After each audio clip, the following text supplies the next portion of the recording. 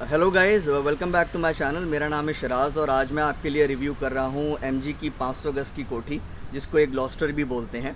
और हमेशा की तरह बहुत ज़्यादा इसके डिज़ाइन के बारे में बखान ना करते हुए आपको सिर्फ एक दो बातें बताऊँगा, क्योंकि जब आप ऐसी गाड़ी लेने जाते हैं तो आप क्या सोचते हैं, आपके दिमाग में डिज़ाइन के बारे में बोल रहा हूँ, आपके बारे में बस एक दो चीज़ें होती हैं कि यार बड़ी है, ये बहुत बड़ी है। कितनी बड़ी है? एंडेवर फॉर्च्यूनर से बड़ी है, ये एंडेवर से भी बड़ी है चौड़ाई में, हाइट में, और आपका जो व्हील बेस है। खैर उसके बारे में हम बाद में बात करेंगे, पर अपने सेगमेंट में सबसे बड़ी गाड़ी है, नंबर 1। नंबर 2, आप सोचते हैं कि यार जब हम ये चला रहे होंगे तो क्या लोग सोचेंगे कि इसके चाचा विधायक हैं? बिल्कुल सोचेंगे। इनफैक्ट क्या पता उनको लगे कि ये विधायक साहब ही जा रहे हैं। तो प्रेजेंस के मामले में और जो कई लोग बोलते हैं टशन, रौला, भौकाल, वो इसमें आपको पूरा मिलेगा। तो आइए अब अंदर चलते हैं और आपको ये 7 BHK कोठी जो अंदर से दिखाते हैं। आइए अब इंटीरियर्स की बात कर लेते हैं। जब आप जैसे आप दरवाज़ा खोल के अंदर जाते हैं ना, तो एक आवाज़ आती है कि भाई तू अमीर बन गया है। अफकोर्स आवाज़ नहीं आती है, मकसद मेरा ये है कहने का कि जब आप अंदर घुसते हैं, the moment you open the door, जैसे ही आप दरवाज़ा खोलते हैं आपको एक रिचनेस का एहसास होता है। अगर आप जब हर चीज़ जो है इसकी, ख़ास तौर से ये वाला टेक्सचर जो है, स्टीयरिंग व्हील, और एक जो एक एक्सपेंसिव कार, महंगी कार की जो एक वो स्मेल होती है, जो इनफैक्ट आपको ज़्यादातर BMW, मर्सिडीज़ वगैरह में मिलेगी, वो आपको इसके अंदर मिलती है। आपको लगेगा कि हाँ यार पैसे बहुत सही खर्च करें, और बहुत अच्छा महसूस कराने वाली गाड़ी है ये, इसीलिए आप ये लेते हैं। तो बहुत प्लश कैबिन है, काफ़ी लग्जूरियस कैबिन है, और बहुत आरामदेह गाड़ी है। सीट्स बहुत कंफर्टेबल हैं। ये अगली दोनों सीट जो हैं ये पावर्ड हैं, इलेक्ट्रिकली एडजस्टेबल हैं। ये आप 12 तरीके से एडजस्ट कर सकते हैं। ये वाली 8 तरीके से एडजस्ट हो सकती है। ये वाली वेंटिलेटेड भी है, कूल्ड भी, कूलिंग फंक्शन भी है, और आपका हीटिंग फंक्शन भी है। इसमें आपको सिर्फ हीटिंग फंक्शन मिलता है पैसेंजर के लिए। पर अगर again at the cost of reputation, बहुत ही कंफर्टेबल गाड़ी है। सारी सीट्स बहुत कंफर्टेबल हैं। हेड रूम, लेग रूम, बीच वाले जो कैप्टन सीट्स हैं उसमें किसी को कोई शिकायत का मौका नहीं मिलेगा। और आराम की बात मैं कर ही रहा हूँ तो आपको एक चीज़ और बताना चाहूँगा, राइड क्वालिटी इसकी सबसे अव्वल है अपने सेगमेंट के अंदर। जी हाँ, एंडेवर से ज़्यादा बेहतर है और फॉर्च्यूनर से भी ज़्यादा बेहतर है।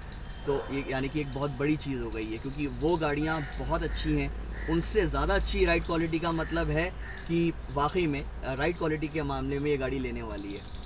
और अब स्टोरेज स्पेस भी काफ़ी है। अब जो है थोड़ी सी मुझे लगता है कि डोर पॉकेट्स बड़ी हो सकती थी, पर अभी भी ये है कि बहुत बहुत किसी को ज़्यादा शिकायत का मौका नहीं मिलेगा जहाँ तक स्टोरेज स्पेस की बात है।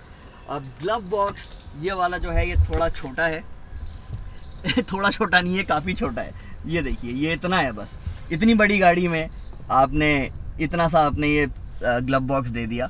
और तो ये बड़ा हो सकता था, ठीक है। यहाँ पर अच्छी खासी जो है वो स्पेस है, और ये यहाँ से खुलेगा ऐसे दबा के। तो all in all comfort, convenience के मामले में काफ़ी अच्छी है। एसी बहुत अच्छा है, क्लाइमेट कंट्रोल बहुत अच्छा है। पीछे वाली सीट्स के लिए उनके पास अपना अलग क्लाइमेट कंट्रोल है, और बहुत अच्छी कूलिंग है पीछे भी। और ऑफ कोर्स पैनोरामिक सनरूफ आप देख ही सकते हैं। और अब मैं आपको इसके जो ख़ास फीचर्स हैं जो आपको इस सेगमेंट के अंदर नहीं मिलते हैं, आपको वॉल्वो और मर्सिडीज़ जैसी गाड़ियों में मिलते हैं। और मर्सिडीज़ के भी जो एस क्लास वगैरह है, ये बात हम कर रहे हैं 70-80 लाख रुपए से स्टार्ट होने वाली गाड़ियाँ। और वॉल्वो ऑफ कोर्स आपको 40-50, इनफैक्ट सभी वॉल्वोस के अंदर आपको ये फ़ीचर मिलते हैं, और इस सेगमेंट के अंदर ये फ़ीचर्स किसी में नहीं है। तो आप अंदर आइए, मैं आपको दिखाता हूँ कि ये फ़ीचर्स क्या हैं। अब ये वो फीचर्स हैं जो ग्लॉस्टर को अलग लेवल पे पहुंचा देते हैं। अब आप ये देखिए, फॉरवर्ड कोलिजन वार्निंग, तो यहाँ पर है फॉरवर्ड कोलिजन वार्निंग। ये है forward collision warning plus automatic emergency breaking. तो इसका क्या मतलब है, ये मैंने ये चूज़ कर रखा है कि गाड़ी को जब लगेगा कि मान लिया अगली गाड़ी जो है उसने एकदम से ब्रेक लगा लिए या एकदम से डिस्टेंस कम हो गया और इसको लगेगा कि क्रैश हो सकता है, तो ये पहले तो ऑफ कोर्स ये आपको वार्निंग देगी कि भाई क्रैश हो सकता है, और अगर इसको लगता है कि होने ही वाला है बिल्कुल, तो ये ऑटोमेटिकली इमरजेंसी ब्रेक लगा लेगी फुल जान से। ठीक है, ये फीचर इस सेगमेंट में नहीं है। लेन डिपार्चर वार्निंग, अब यहाँ पर अच्छा, इन सब फीचर्स को आप ऑफ भी कर सकते हैं और इनकी इंटेंसिटी भी आप जो है वो सिलेक्ट कर सकते हैं। लेन डिपार्चर वार्निंग क्या है कि भाई आप अपनी लेन में चल रहे हैं और आपका मान लीजिए ध्यान हल्का सा भटकता है या और हल्की सी गाड़ी लेफ़्ट राइट जाती है, तो ये आपको बता देगी यहाँ पर इस वाले कंसोल पे MID पे यहाँ पर बता देगी कि आप सब ट्रैक से हट रहे हैं, वापस आ जाइए। ठीक है, फटीग रिमाइंडर, अगर आपकी अगर आपको फटीग हो रही है, यानी कि ये सेंस करती है कि आप थक रहे हैं, तो ये आपको बता देगा कि भाई रोक के ज़रा ग्लूकॉन डी वगैरह पी लो। ठीक है, आपका ब्लाइंड जोन डिटेक्शन जो है, अगर वैसे विजिबिलिटी बहुत अच्छी है गाड़ी की चारों तरफ, ब्लाइंड जोन डिटेक्शन क्या है कि अगर आपके ब्लाइंड स्पॉट में गाड़ी आती है, कुछ भी आता है, तो यहाँ पर अगर आप ये देखेंगे तो यहाँ पर ये ब्लिंक करता है और वो तो उससे आपको पता लग जाता है कि भाई ब्लाइंड स्पॉट में है, तो उस टाइम पे आप लेन चेंज नहीं करेंगे, एकदम से लेफ़्ट राइट नहीं जाएंगे। बहुत अच्छा सेफ्टी फीचर है। सबसे बेहतरीन चीज़ जो मैंने नोटिस करी, जो इसका अडेप्टिव क्रूज़ कंट्रोल है। तो इसका क्या मतलब है भाई, आपने मान लीजिए किसी भी स्पीड पे 70, 80, 60, 50 किसी भी स्पीड पे आपने क्रूज़ कंट्रोल सेट कर दिया, तो नॉर्मली क्रूज़ कंट्रोल कैसे काम करता है, 70 पे फॉर एग्जांपल आपने क्रूज़ कंट्रोल सेट कर दिया, गाड़ी चल रही है, पर जैसे ही आप ब्रेक लगाते हैं क्रूज़ कंट्रोल ऑफ हो जाता है। इसमें क्या है, आपने कुछ नहीं करना है, आपकी गाड़ी चल रही है और अगली गाड़ी से डिस्टेंस कम होता है, या मान लीजिए वही वाली बात कि इसको लगता है कि कोलिजन हो सकता है, तो ये अपने आप ब्रेक लगाना शुरू कर देती है, और जैसे ही इसको लगता है कि रोड आगे खाली है, ये दोबारा से एक्सेलरेट करना शुरू कर देती है। बेहतरीन फीचर है, ये सारे फीचर्स इस सेगमेंट की गाड़ियों में नहीं हैं। सेफ्टी की ही बात कर रहे हैं तो ये गाड़ी ऑस्ट्रेलियन एनकैप रेटिंग इसको 5 स्टार्स मिले हैं, तो बहुत ही सेफ गाड़ी है और स्पेस की कोई कमी नहीं है। अच्छा, एक चीज़ और बता दूं इसका कि इसका जो स्टीयरिंग है वो रेक के लिए तो एडजस्टेबल है ही आपका, और रीच के लिए भी एडजस्टेबल है।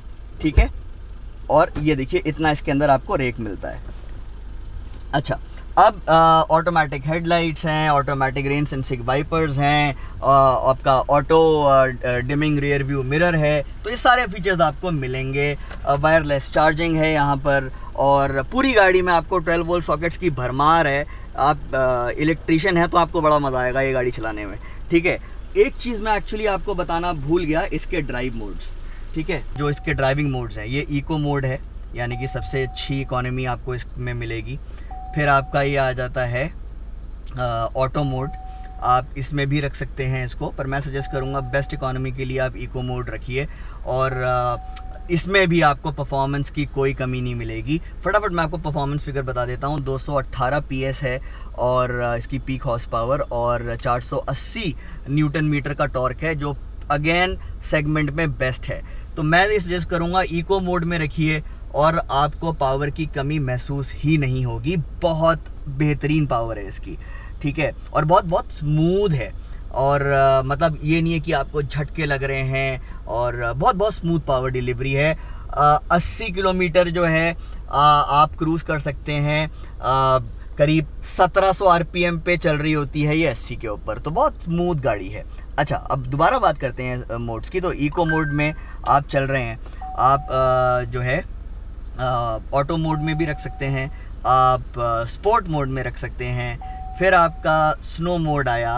अब आती है बात यहाँ पर, अब यहाँ पर मैं, अच्छा ये मड मोड हो गया, ठीक है, ये स्नो मोड हो गया। अब इसके बाद आएगा सैंड मोड, इसके बाद रॉक मोड आता है। पर ये रॉक मोड देखिए मैं चूज़ करना चाह रहा हूँ तो ये मुझे अलाउ नहीं कर रहा है।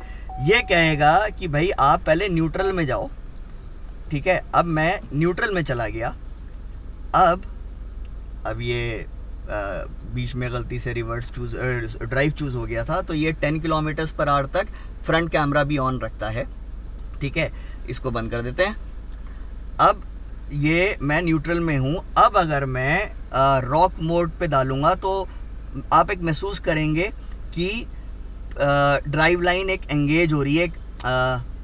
अब मैं इसको रॉक मोड में डालता हूँ। ये डाला मैंने रॉक मोड में। अब देखिए रॉक मोड लग गया। मुझे पता नहीं कि आप कैमरे में ये महसूस हुआ होगा ये झटका या नहीं। और जब मैं इसको रॉक मोड से निकालूंगा तो बिल्कुल आपको साफ महसूस होता है कि ड्राइव लाइन डिस्कनेक्ट हो रही है। एक बार दोबारा करते हैं। रॉक मोड में गए, गाड़ी हिली, ठीक है। और रॉक मोड का मतलब ये नहीं है कि it will rock the car, नहीं।